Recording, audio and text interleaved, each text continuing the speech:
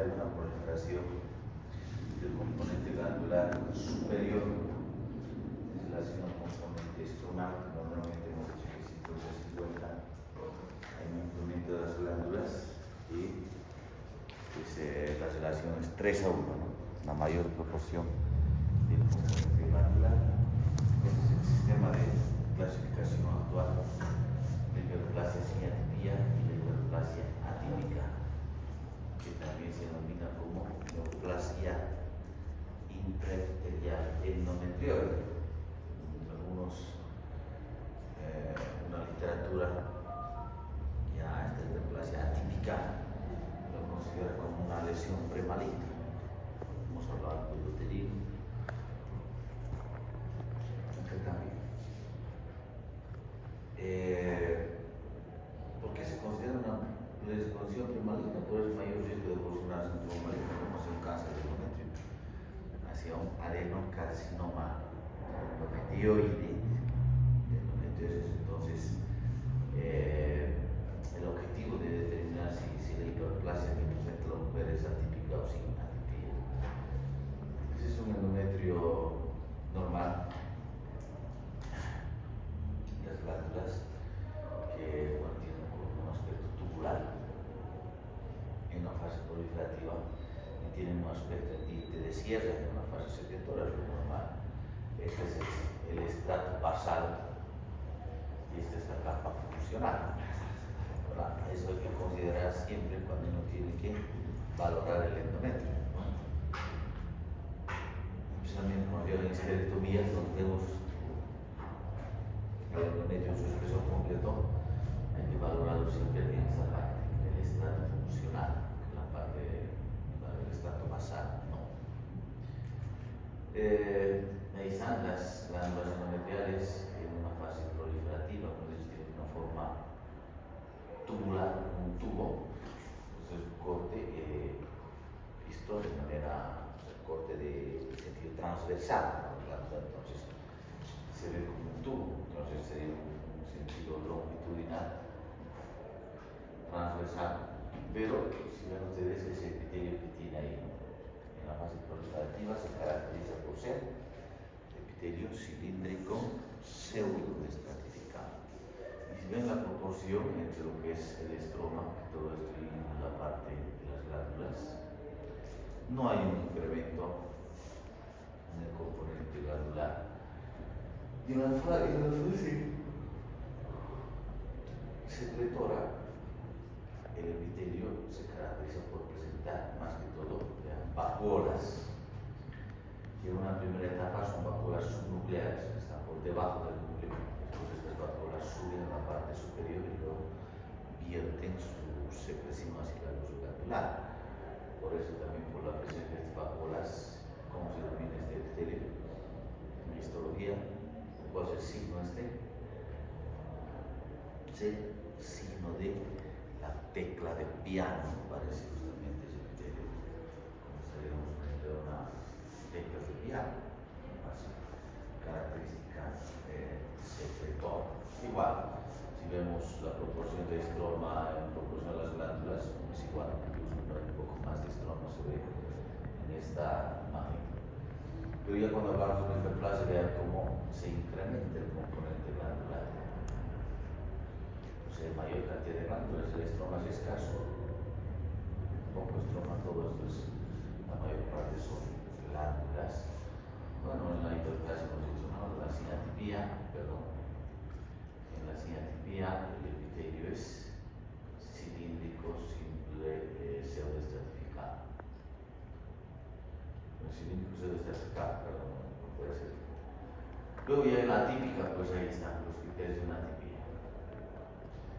Estas glándulas todavía son, bueno, están en una hiperplasia, pero sin atipia, tenemos la pseudoestratificación todavía acá. Pero si vemos esta glándula, ese epitelio, ese nivel, se nota claramente que, pues primero, los núcleos ya no son ovalados, como en la fase proliferativa, sino son núcleos redondos, con nucleolos prominentes, cromatina lumosa, y están estratificados en varias capas, ¿no? 1, 2, 3, 4, hasta 5 capas. Incluso hay una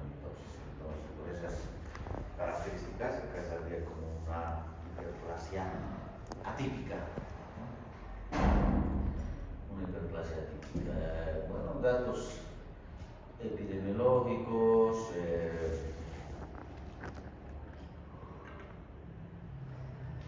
la edad de la cuarta a sexta década, más incidencia en la quinta década. Esto es importante.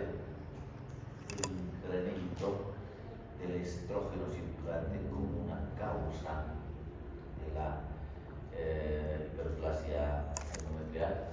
Y en todos estos casos que veo acá, en la obesidad, en mujeres mulíparas, en tumores productores de estrógenos, estamos viendo en clases prácticas, pues hay un incremento de ese estrógeno circulante como causa de la hiperplasia.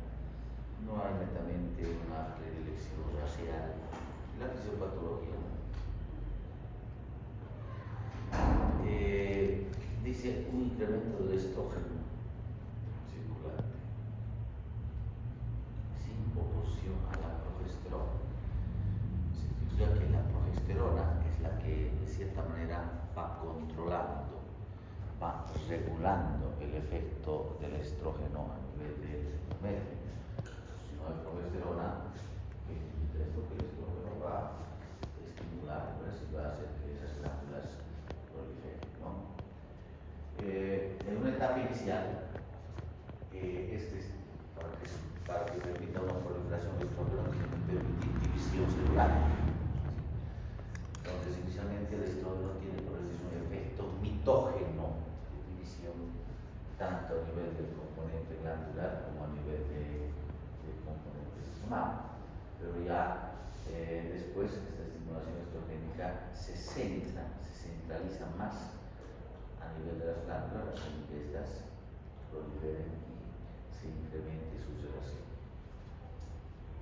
Ya se produce lo que dice acá un sobrecrecimiento glandular, que se conoce como la hiperplasia. Etiología: diferentes etapas de ustedes. En la premenopausia, ¿qué pasa en la premenopausia? ¿Cuáles son las causas de ese incremento del estrógeno? Primero, el síndrome del ovario poliquístico, que hace justamente que se incremente la cantidad de estrógenos circulantes, ¿ya?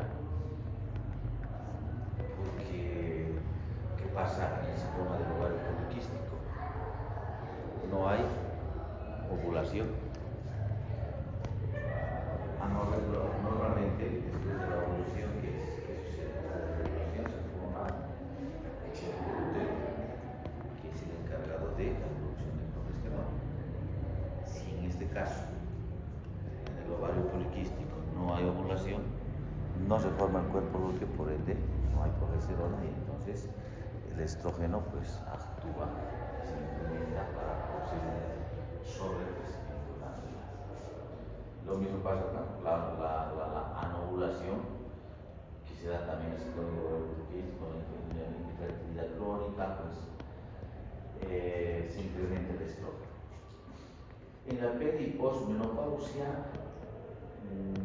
es importante considerar los estrógenos exógenos, suplementación con estrógeno, ¿no? Hay terapias que se hacen justamente en esa etapa de la perimenopausia en base a hormonas para aliviar estos síntomas, y pues hace que incremente el estrógeno producido, ocasionando proliferación glandular. El tamoxifeno es una hormona que se utiliza para el tratamiento del cáncer de mama. ¿Qué es lo que pasa cuando hablamos de cáncer de mama? Un poquito más lo vamos a aclarar esto cuando hacemos un patología mamaria. Hay tumores malignos en la mama que son hormonodependientes, ¿ya? Y que pues reaccionan o responden al tratamiento hormonal en base al tamoxifeno. ¿Y qué es lo que hace o qué sucede con el tamoxifeno? Y esto está relacionado también con la estrógeno como un factor de riesgo que produce el cáncer de mama, como siempre. ¿Ya? Existe a nivel de la mama lo que se denominan las células sensibles a la acción del estrógeno. O sea, no todas las células, sino hay células, digo así, en la glándula mamaria que tienen receptores para estrógeno. Bien. Muchas de estas células podrían tener ya un factor de riesgo para el desarrollo del cáncer de mama. O sea, pueden tener estas células mutaciones genéticas de genes. Vamos a hablar de genes BRCA1, BRCA2, son mutaciones genéticas. Otras alteraciones a nivel de la cadena genética de células que podrían predisponer al desarrollo del cáncer de mama. Y al tener receptores para el estrógeno, el estrógeno va y actúa, se fija estos receptores y hace que esas células alteradas proliferen, permitiendo o haciendo que sea parte como factor de riesgo en el desarrollo del cáncer de mama. ¿Qué es lo que hace el tamoxifeno en este caso a nivel de la mama? Bloquea esos receptores de estrógeno en estas células. Entonces no puede actuar el estrógeno, no hay proliferación de esas células, hay un bloqueo de esos receptores a través del tamoxifeno. Esa es una acción que tiene el tamoxifeno en el cáncer de mama, en el tratamiento. Pero si bien a nivel de la mama el tamoxifeno bloquea estos receptores de estrógeno, los específicos de estrógeno, a nivel del endometrio tiene un efecto diferente. A nivel del endometrio hace que el estrógeno favorece la acción del estrógeno sobre las glándulas endometriales, permitiendo su proliferación y pudiendo desarrollar una hiperplasia. Y favorece la acción del estrógeno sobre esos receptores que se tienen para esta hormona en el endometrio. Entonces, es por eso que pacientes con cáncer de mama tienen que tener ese control periódico a nivel del endometrio, ¿no? Se ha visto casos que pueden desarrollar pólipos endometriales, hiperplasia, incluso cáncer, pero hay que hacer un control periódico por eso. La obesidad, ¿qué pasa en el caso de la obesidad? A nivel del tejido adiposo existe una enzima que es la enzima aromatasa. Esta aromatasa convierte a los andrógenos en estrógenos. Entonces, de esa manera se incrementa el estrógeno circular. Entonces, por eso es que la obesidad está como un cofactor, o un factor de riesgo también, tanto en la hiperplasia como en el cáncer de mama, por esta situación. Porque en el tejido adiposo, reitero, existe esta enzima que va a convertir los andrógenos en estrógenos. Patología ovárica. En el caso de la hiperplasia o hipertecosis del estroma, donde hay un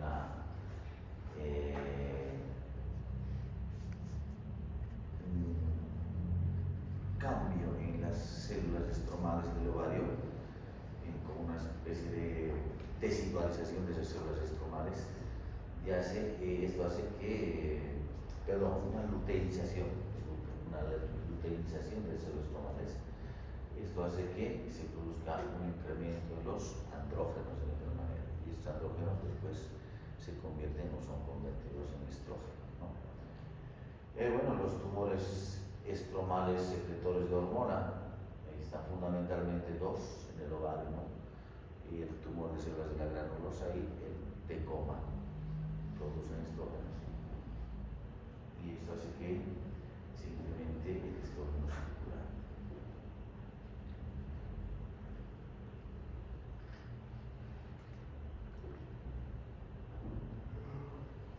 Fundamental desde el punto de vista clínico el sangrado uterino anormal, o sea,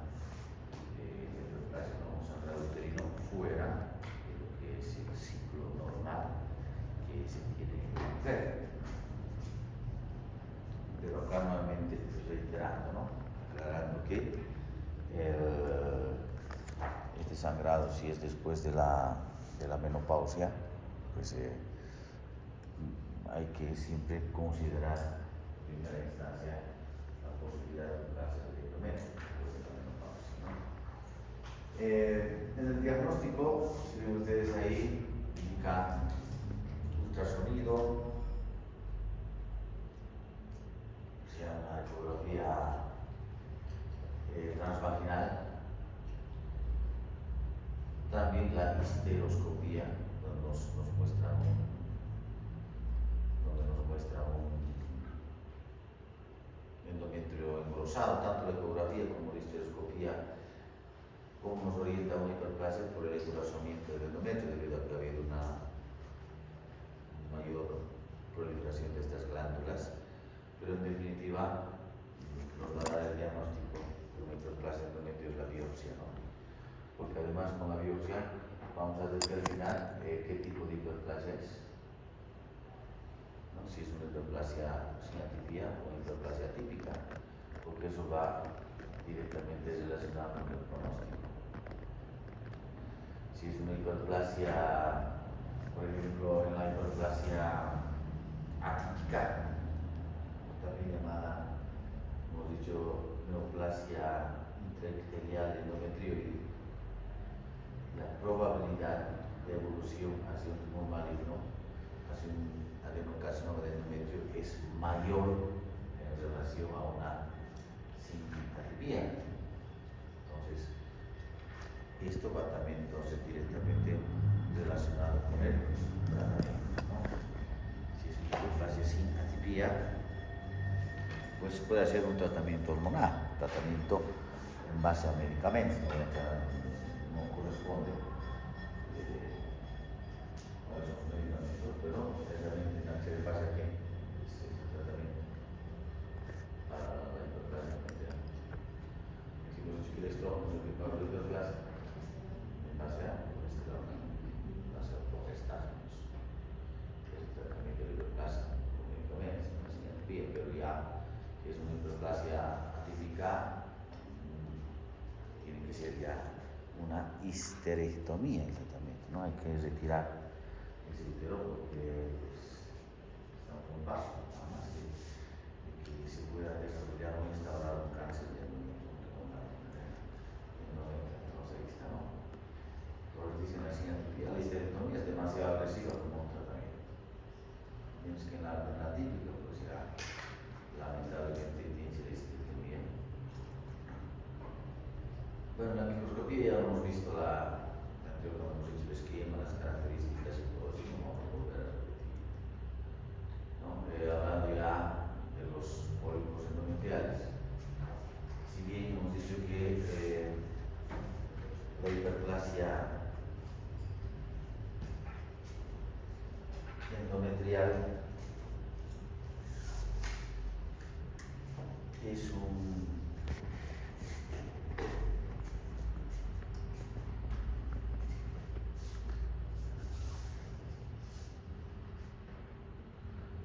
endometrio de base triangular superior. Todo esto es un endometrio, ¿no? Los endometrial que va, hemos dicho, revistiendo la cavidad endometrial. La hiperplasia endometrial es un engrosamiento generalizado de todo el endometrio.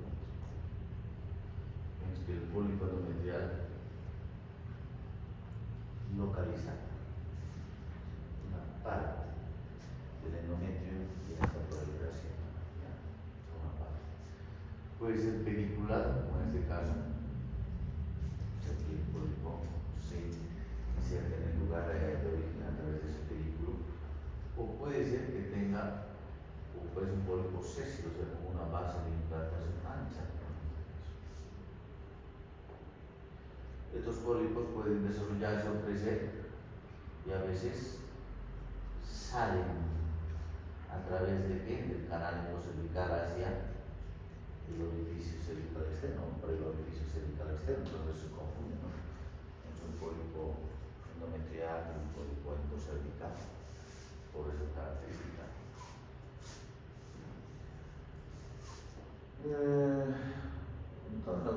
localizada. También está relacionado, vean ustedes acá, está relacionado con el incremento del estrógeno circulante. Sitios no es muy relevante, digamos así, el sitio de presentación donde esté, dependiendo de las sintomatologías, tendría que tener una conducta, pero más frecuentemente se da en la pared posterior.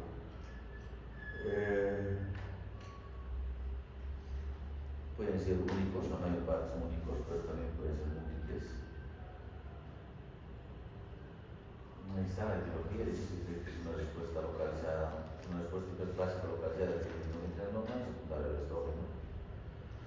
También, vean, está justamente relacionado con la terapia hormonal, o sea, con el tamoxifeno. Diagnóstico nuevamente acá, la ecografía pelvis transvaginal, una histeroscopía, como es una pequeña cámara que se introduce en la cavidad endometrial, te va mostrando, ¿no? En zonas de endometrial donde se puede ver que es asociado al pólipo, pero la confirmación con histopatología. De combinar con histopatología, ¿por qué? Porque si bien nosotros hacemos el esquema acá, si bien este pólipo dentro de la nomenclatura de tumores, ya hemos hablado de esta nomenclatura, ¿no? Neoplasias, hemos visto, ¿no? Si bien esto es benigno, pero el pólipo puede ser una hiperplasia. Y esa hiperplasia puede ser, obviamente, una hiperplasia sin atipia o puede ser una hiperplasia atípica. Y si esa hiperplasia es una hiperplasia atípica, la probabilidad que puede darse también de desarrollar un cáncer a partir de esto. Por eso, que si bien no es frecuente lo que estoy mencionando, pero está descrito y alguna vez hemos visto pólipos con hiperplasia. La mayor parte sí sin atipia, ¿no? Y cuando es atípica, bueno, pólipo de síntomas de estrés también, pero esa situación, pues no, a veces por eso van a dar ustedes algún tipo de patología, van a ver, van a decir adenocarcinoma de endometrio que se ha desarrollado sobre la base de un pólipo endometrial. Esa es la situación que se da, que se está produciendo. Entonces, necesariamente, anatomía patológica, ¿no? Para descartar esas posibilidades. Están asociados con sangrado vaginal, si son pequeños, por ahí son sintomáticos, pero con sangrado vaginal. En raras ocasiones los pólipos pueden llenar toda la cavidad uterina, incluso salir a través del canal cervical. Los relacionados con tamoxifeno, hemos dicho que pueden ser múltiples en este caso, ¿no? O de una consistencia más firme, de una consistencia más fibrosa.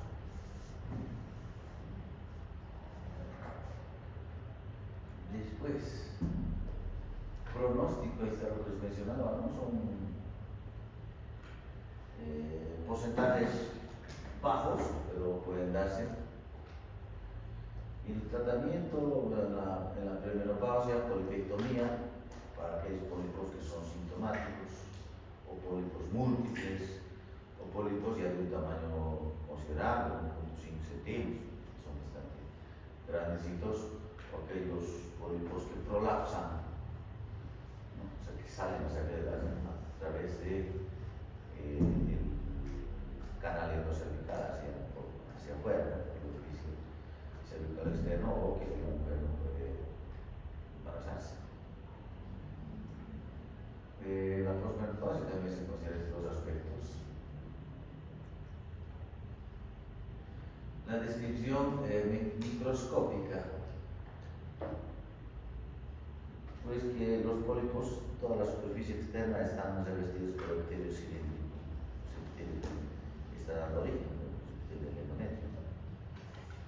El estroma tiene glándulas, una característica importante es que a nivel del estroma también se observan vasos sanguíneos de pared engrosada.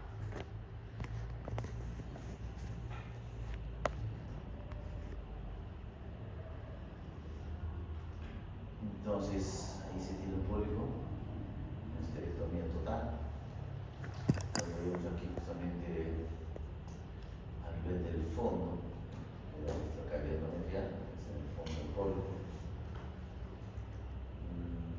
Histológicamente, pues, tienen como ven ahí estructuras con toda la superficie externa, los tres lados, eso dice, los tres lados del pólipo. Si nosotros hacemos uno acá y este es el pólipo, estas bases de implantación, los tres lados. Tiene revestimiento epitelial en la superficie externa. Y en la parte del estroma, el pólipo, todo que está en el centro, o sea, esto, tiene glándulas endometriales rodeadas por estroma, y una característica son vasos sanguíneos de pared engrosada. Pues nos ayuda eso muchísimo a determinar lo que están hablando, con los pólipos, los vasos, especialmente están acá a nivel de la base. Una pared gruesa de los vasos, especialmente en esta zona. Y eso nos ayuda a determinar, porque muchas veces cuando se viene un legrado, estamos raspando y salen fragmentos del endometrio, y ahí difícil a veces es determinar si es un pólipo o un endoplasma. El pólipo también puede ser endoplasma, o puede ser dilatación de glándulas. Entonces la presencia de esos vasos sanguíneos de pared engrosada ahí. ¿Ya hemos visto endometriosis con ustedes? ¿Todavía? ¿Qué es la endometriosis? Vamos a hacer un esquema para uno determinar o tener el concepto fijo de lo que es una endometriosis y de lo que es una adenomiosis.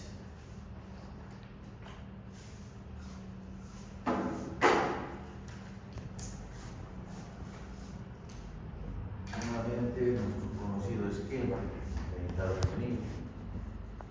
Entonces, pues ahí está. Este es el orificio cervical externo. Este es el canal cervical, que hemos dicho tiene una comunicación directa con la cavidad endometrial. La cavidad endometrial a su vez se comunica directamente con lo que son las trompas uterinas, y las trompas uterinas en la parte más distal con los ovarios, ¿no? Y bueno, los ovarios, por acá está ya lo que es la pelvis. Esto es así.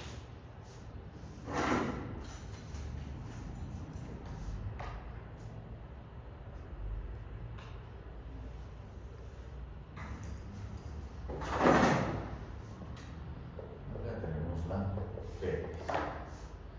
Entonces sabemos que el endometrio normalmente está existiendo, es una mucosa el endometrio, ¿no? Es una mucosa que normalmente está revistiendo todo lo que es la cavidad endometrial. ¿Sí?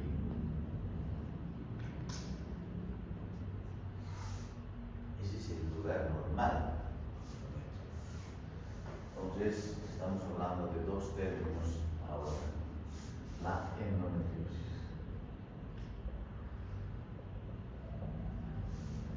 Y también hay que hablar acá de la adenomiosis. Dentro de lo que es la definición de estas dos patologías, porque son patologías, tanto la endometriosis como la adenomiosis, ¿qué es lo común? Lo común, y hay también una diferencia.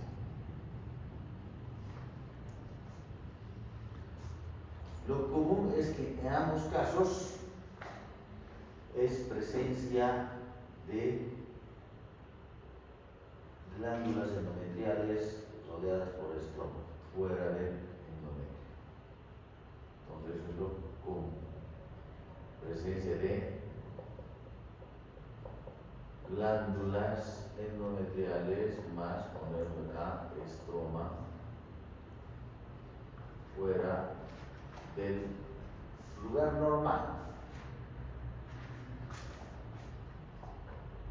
O sea, fuera del endometrio común. La diferencia entonces es que en la endometriosis estas glándulas están fuera del lugar normal y fuera del cuerpo uterino.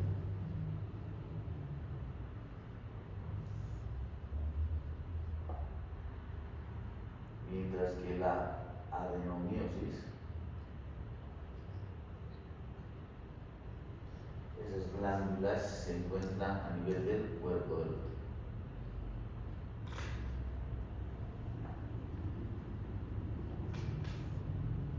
En el miometrio, para ser más específicos. Entonces ustedes me van a ir entendiendo. Este es el cuerpo uterino.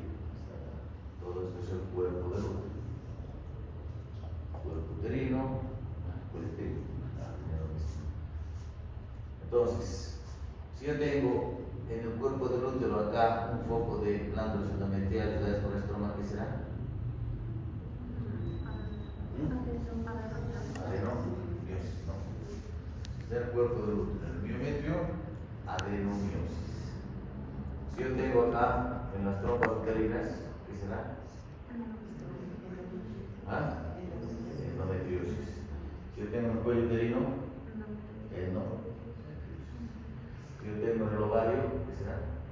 Endometriosis. Tengo la pelvis, puede ser endometriosis. Incluso dicen en lugares más distantes, como en el pulmón, se puede dar una endometriosis también.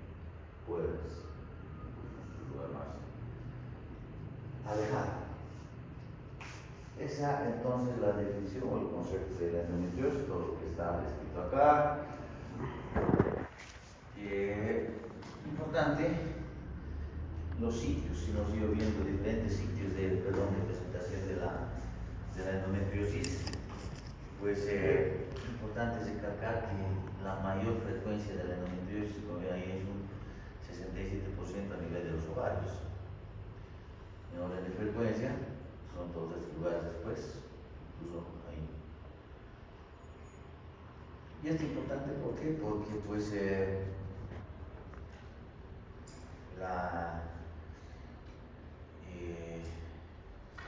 hay dos tipos histológicos de tumores de ovario que pueden desarrollarse a partir de una endometriosis.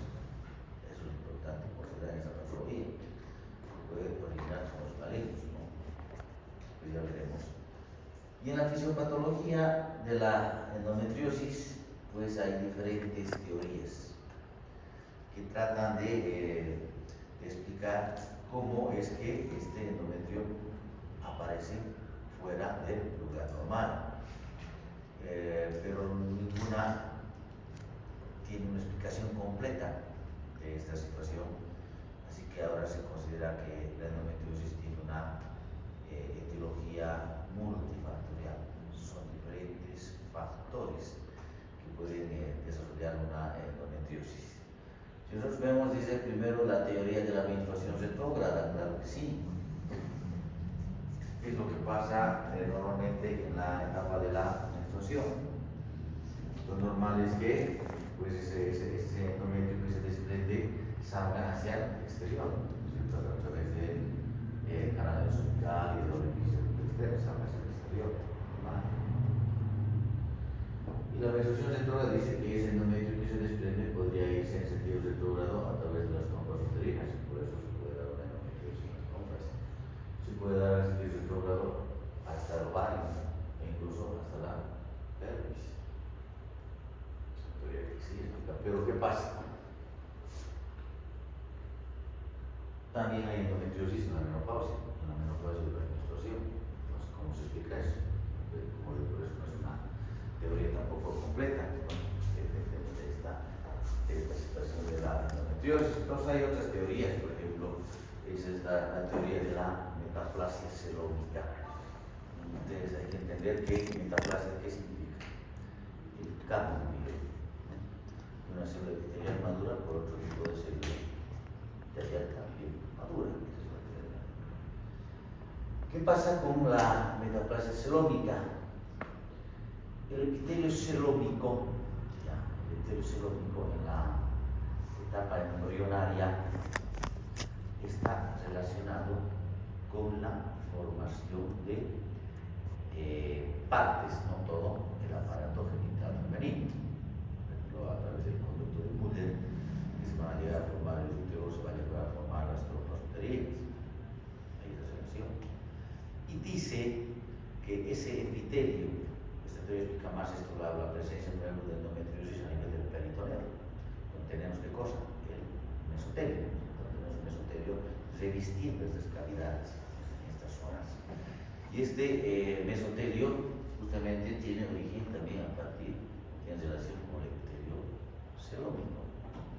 Entonces, al tener esa característica, dice que este mesotelio, por diferentes factores, incluso la inflamación, puede hacer que se produzca una metaplasia y poder originar estructuras endometrial, en este caso, ese epitelio, ese mesotelio, hace metaplasia y forma glándulas endometriales rodeadas por estroma a nivel del peritoneo. Por eso es otra teoría que trata de explicar esta endometriosis a ese nivel. Es muy importante considerar la endometriosis, hemos dicho, ¿no?, que puede desarrollarse neoplasias malignas a partir de esto. El porcentaje es bajo, menos de 1% de los casos. Y los dos tumores malignos que se pueden originar a partir de la endometriosis ovárica son, por eso se llama también el carcinoma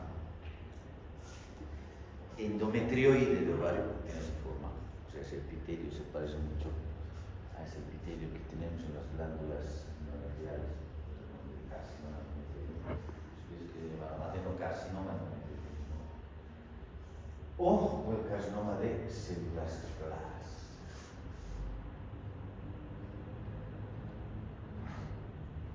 El 75% de los tumores malignos surgen en el endometriosis ovárica.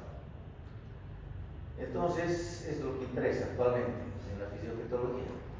Una etiología multifactorial para la endometriosis.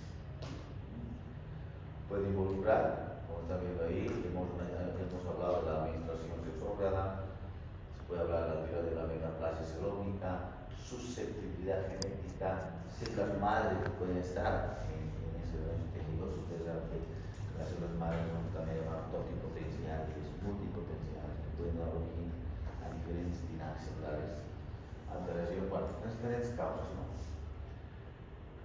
Acá quedaremos para continuar mañana hablando de la endometriosis y hablar del cáncer de endometrio.